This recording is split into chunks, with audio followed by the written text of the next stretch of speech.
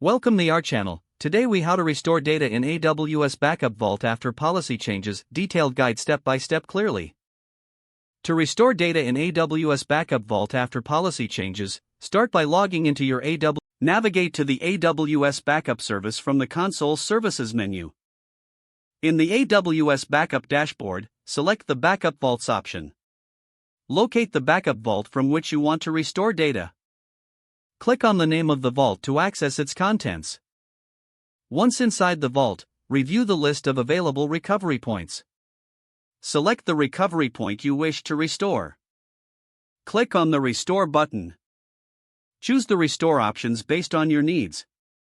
Specify the destination where the restored data will be placed.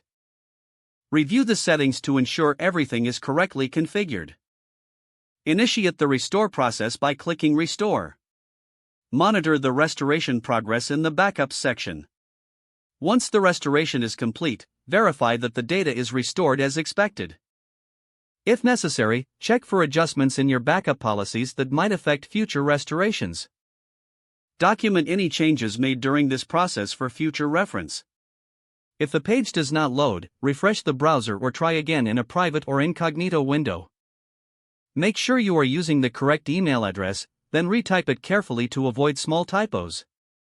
If your password is not accepted, use the reset option and create a new strong password you can remember. Check your spam folder for verification or security emails, then complete any requested confirmation steps. Enable two-factor authentication if available to improve account security and reduce unauthorized access risk.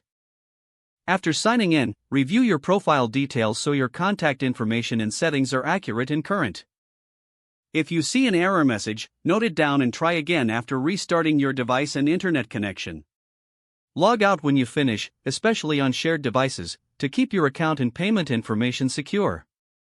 If the page does not load, refresh the browser or try again in a private or incognito window. Make sure you are using the correct email address, then retype it carefully to avoid small typos. If your password is not accepted, use the reset option and create a new strong password you can remember.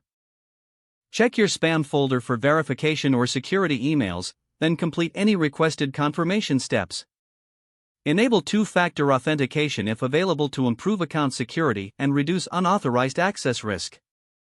Don't forget to like this video and subscribe to our channel for more step-by-step tech guides.